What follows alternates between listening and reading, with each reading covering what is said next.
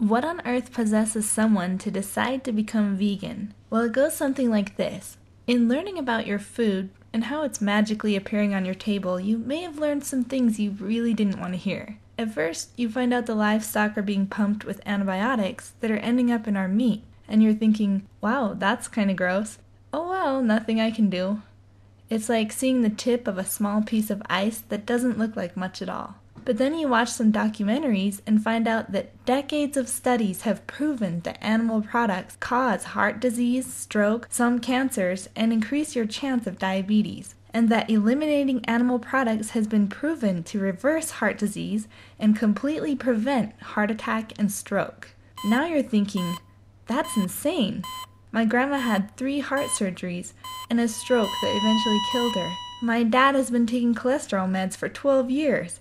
I'm definitely going to cut back on my meat intake. You look into the meat industry a little more to confirm your decision, and you find out that livestock are being kept in crowded living conditions, standing in their own feces, never allowed to run a day of their life, most of them getting sick with all manner of diseases and then pumped with antibiotics, suffering painful and often brutal deaths.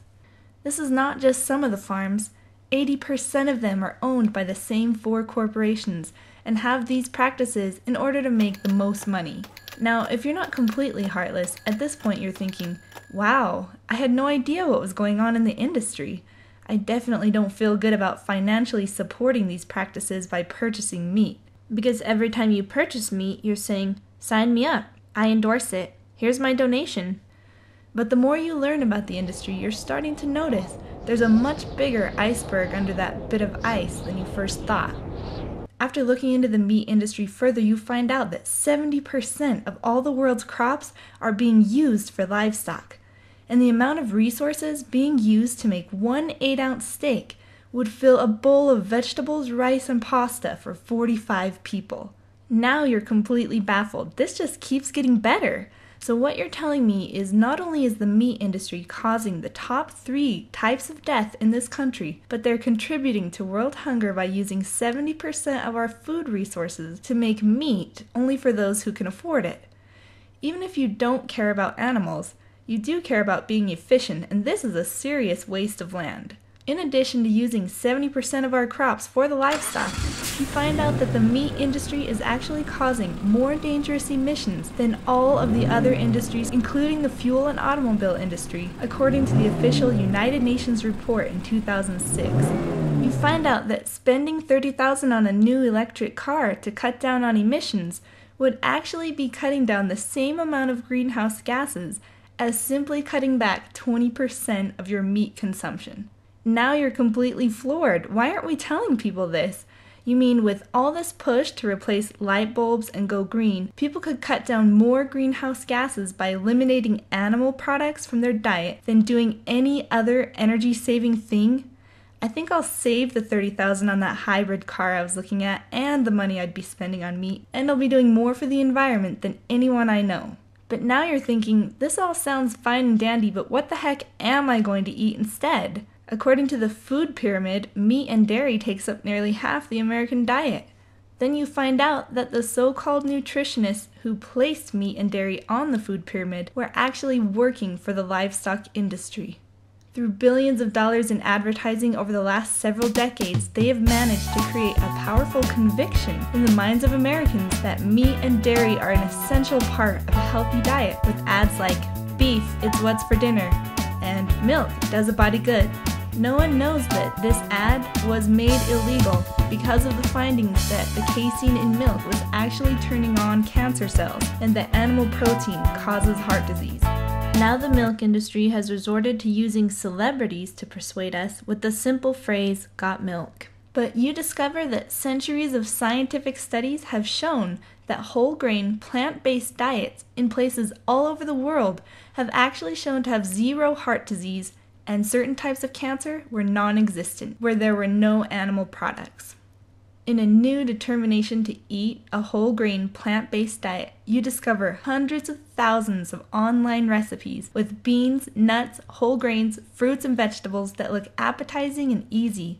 It fuels in you a desire to cook for the first time in your life, and you're actually excited about it.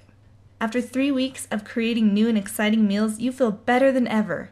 Energy levels are up, and your motivation to continue has only grown stronger with all the information you continue to find about the meat industry.